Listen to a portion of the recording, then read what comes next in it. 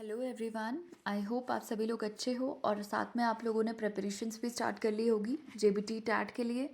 और JBT commission के लिए भी आप लोग अपनी प्रिपरेशन स्टार्ट कर दो, क्योंकि जो ये वीडियो है ये जेबीटी कमीशन वालों के लिए भी इतनी ही इम्पॉर्टेंट है जितनी कि एचपी टैट जेबीटी टैट देने वालों के लिए। क्योंकि जो मैं आपको ये बातें बताऊंगी इस वीडियो में सबके सब मेरे खुद के एक्सपीरियंस पे बेस्ड है। मैं ऑलरेडी जेबीटी टैट क्वालिफाई कर चुकी हूँ और मैंने जेबीटी कमीशन भी दिया है। तो मैं आपको ट्राई करूँगी कि हर एक चीज़ आपके लिए, हर एक वीडियो आपके लिए यूज़फुल रहे। तो अब हम बात करते हैं सिलेबस की, जेबीटी टैट के सिलेबस की। टैट में क्या क्या कौन कौन से सब्जेक्ट्स आते हैं, तो मेनली टैट में आपके 5 सब्जेक्ट्स रहते हैं। Psychology, English, Hindi, maths, GK. ये 4 सब्जेक्ट्स आपको रहते हैं। सॉरी, 5 सब्जेक्ट्स होते हैं। तो सबसे पहले साइकोलॉजी की अगर हम बात करें, साइकोलॉजी 30 मार्क्स का रहता है। साइकोलॉजी में अगर मैं बात करूँ कि जो सिर्फ अभी टैट पर अपना फोकस कर रहे हैं, जिनको सिर्फ अभी टैट ही निकालना है और अभी कमीशन के लिए वो प्रिपरेशन नहीं कर रहे हैं, तो उनको तो वो साइकोलॉजी के लिए मैं सिर्फ यही कहूँगी कि आप लोग साइकोलॉजी अपनी जो बुक्स, सिलेबस बुक्स है जो जेबीटी में आपने पढ़ी है, जेबीटी और डीएलएड, जेबीटी और डीएलएड में जो भी आपने बुक्स पढ़ी है अपने सिलेबस में, आप साइकोलॉजी सिर्फ उसी से पढ़िए। आपको एक्स्ट्रा कोई बुक लेने की ज़रूरत नहीं है, ना एक्स्ट्रा पैसा खर्च करने की ज़रूरत है और ना एक्स्ट्रा टाइम देने की ज़रूरत है। क्योंकि साइकोलॉजी बेसिकली सबका सब वहीं से आता है और इतना हाई लेवल साइकोलॉजी नहीं आता है जेबीटी में। तो आप वो फर्स्ट ईयर और अपनी सेकेंड ईयर की बुक्स, साइकोलॉजी की काफ़ी अच्छी बुक्स है, उन्हीं में से आप साइकोलॉजी पूरा का पूरा पढ़िए। जो आपको क्लास में करवाया है, टीचर ने करवाया है, वो आप पढ़िए। I am very very sure कि आपके 30 आउट ऑफ 30 एटलीस्ट 20 मार्क्स आपके कहीं नहीं जाएंगे। अगर आप और भी अच्छे से पढ़ोगे तो 25 फॉर श्योर। नेक्स्ट सब्जेक्ट की हम बात करते हैं, दैट इज़ इंग्लिश।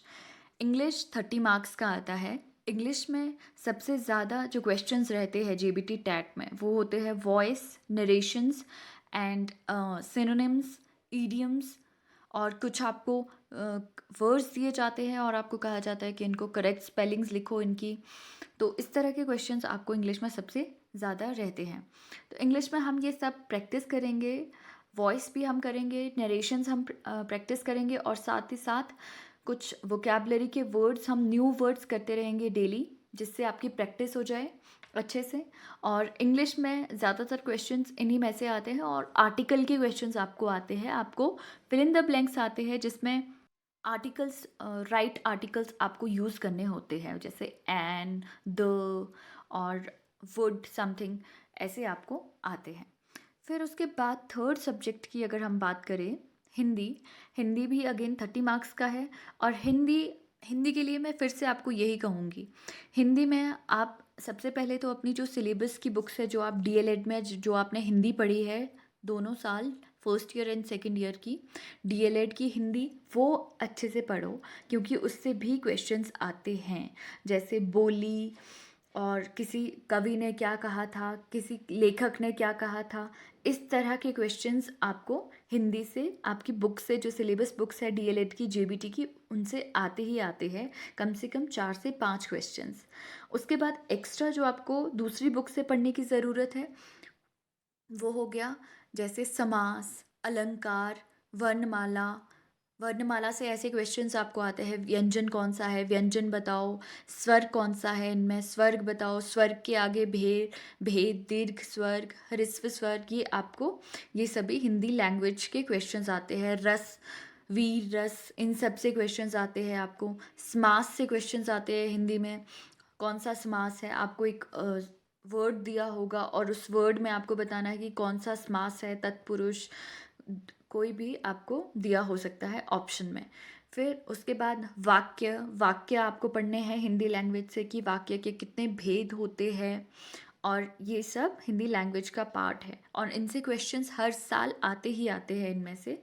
पर्यायवाची शब्द आपको पढ़ने हैं, संधि विच्छेद वेरी वेरी इंपॉर्टेंट, विशेषण, मुहावरे और लोकोक्तियाँ, इनमें से भी क्वेश्चंस, एक या दो क्वेश्चंस हर साल आता ही आता है।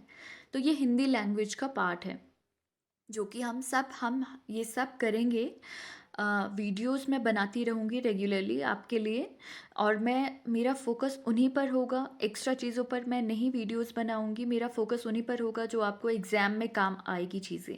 वरना एक्स्ट्रा पढ़ने के लिए बहुत कुछ है पढ़ने के लिए, पर फ़िलहाल हमारा फोकस एग्ज़ाम पर रहेगा। फिर उसके बाद अगर हम बात करें मैथ्स की, मैथ्स जेबीटी कुछ कुछ एक के लिए मैथ्स थोड़ा सा डिफ़िकल्ट सब्जेक्ट होता है, बस सबके लिए नहीं, कुछ एक के लिए। तो मैथ्स में कुछ डरने वाली बात कुछ भी नहीं है, क्योंकि जेबीटी में जो मैथ्स आता है वो सिर्फ़ और सिर्फ 10th लेवल तक का मैथ्स है।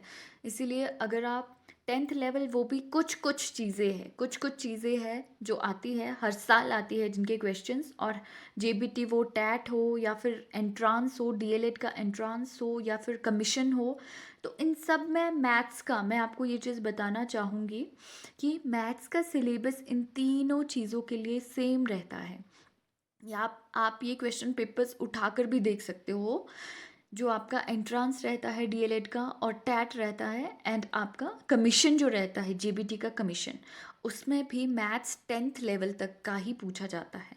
और बेसिकली जो इम्पोर्टेंट क्वेश्चंस रहते हैं वो आपका सिंप्लीफिकेशन से रहते हैं, सरलीकरण जिसको हिंदी में कहते हैं, एंड क्यूब रूट्स, एज वाले क्वेश्चंस पूछे जाते हैं कि इसकी आयु अभी ये है, 4 साल बाद बताओ कितनी होगी, ऐसे वाले क्वेश्चंस। सर्कमफ्रेंस ऑफ सर्कल, वृत्त का क्षेत्रफल, ये पूछा जाता है। रेशियो एंड प्रपोर्शंस के क्वेश्चन पूछे जाते हैं। स्पीड, गति और दूरी के, ये भी हमेशा हर साल आता ही आता है। रोमन नंबर्स, एलसीएम और सिंपल इंटरेस्ट, साधारण ब्याज, डिस्काउंट, इन सब से अभाज्य नंबर, प्राइम नंबर्स, इन सब से क्वेश्चंस हर साल आते ही आते हैं। तो कुछ कुछ ये मेन टॉपिक्स है जिनका मैथ्स वीक है, जिनको लगता है वो मैथ्स पूरा नहीं पढ़ पाएंगे, तो मैं उनको कहूँगी कि ये जो मेन टॉपिक्स हैं आप कम से कम इनसे क्वेश्चंस प्रैक्टिस ज़रूर कीजिए। और मैं प्रैक्टिस आपको करवाऊँगी हर वीडियो में, मैथ्स की वीडियो में आपके लिए मैं हर एक टॉपिक सिंप्लीफाई तरीके से पढ़ाने की ट्राई करूँगी पूरी पूरी, और साथ में प्रैक्टिस भी आपसे करवाऊँगी। उसके बाद 5th सब्जेक्ट, लास्ट सब्जेक्ट जो हमारे पास जेबीटी में रहता है, it's GK. GK again 30 marks का रहता है, और जीके में सबसे ज़्यादा जो क्वेश्चंस आते हैं वो अवार्ड्स, डेज, एचपी जीके आपका ज़्यादातर रहता है। करंट अफेयर्स का सिर्फ 1 या 2 क्वेश्चन आते हैं, ज़्यादा नहीं। टैट में, टैट की बात हम यहाँ पर कर रहे हैं। और जनरल साइंस से वैसे तो 1-2 क्वेश्चंस ही आते थे, बट इस बार देखा गया, जो इस बार का टैट हुआ था जेबीटी का, जनरल साइंस के, उसमें काफ़ी क्वेश्चंस थे, कम से कम आई थिंक 4 या 5 क्वेश्चंस जनरल साइंस के थे। तो आप प्लीज़ जनरल साइंस को भी पढ़ के जाइएगा टैट के लिए। और ये जनरल साइंस मैं बात करूँ आप कहाँ से पढ़ सकते हो, ल्यूसेंट की बुक होती है, सभी को पता है। आपके लिए जेबीटी टैट के लिए वो ल्यूसेंट की पूरी बुक ही काफ़ी है। अगर आप इन 2 मंथ्स में ल्यूसेंट की पूरी बुक पढ़ लो, जिसमें हिस्ट्री, पॉलिटी, इकोनॉमिक्स और साथ में जनरल साइंस, ये सब कुछ दिया होता है, तो वो मोर देन इनफ है फॉर टैट, बहुत ज़्यादा है वो भी। तो उसमें से भी आप कुछ एक टॉपिक से, अगर आपके पास टाइम नहीं है तो हर टॉपिक को पढ़ने की बजाय आप कुछ एक टॉपिक जो इम्पोर्टेंट है उन्हीं उन्हीं को आप पढ़िए। और जनरल साइंस के लिए ल्यूसेंट की बुक में एंड में कुछ एक जनरल साइंस के टॉपिक दिए होते हैं, क्वेश्चंस दिए होते हैं, तो आप उतना ही पढ़ लो, वो भी बहुत है। बाकी कोई ज़्यादा टफ क्वेश्चंस नहीं आते हैं साइंस के, बहुत इजी क्वेश्चंस आते हैं और इन्हीं में से आते हैं। तो ये बात की हमने जेबीटी टैट के सिलेबस की और कुछ कुछ बुक्स की जो आप रेफ़र कर सकते हो पढ़ने के लिए। और नेक्स्ट वीडियो में हम बात करेंगे जेबीटी कमीशन के लिए, जो जेबीटी कमीशन की प्रेपरेशंस कर रहे हैं और जिनका टैट अभी निकल जाएगा, तो मुझे लगता है आपको टैट के साथ साथ ही अपने जेबीटी कमीशन की प्रेपरेशन भी स्टार्ट कर लेनी चाहिए। So thank you for watching my video.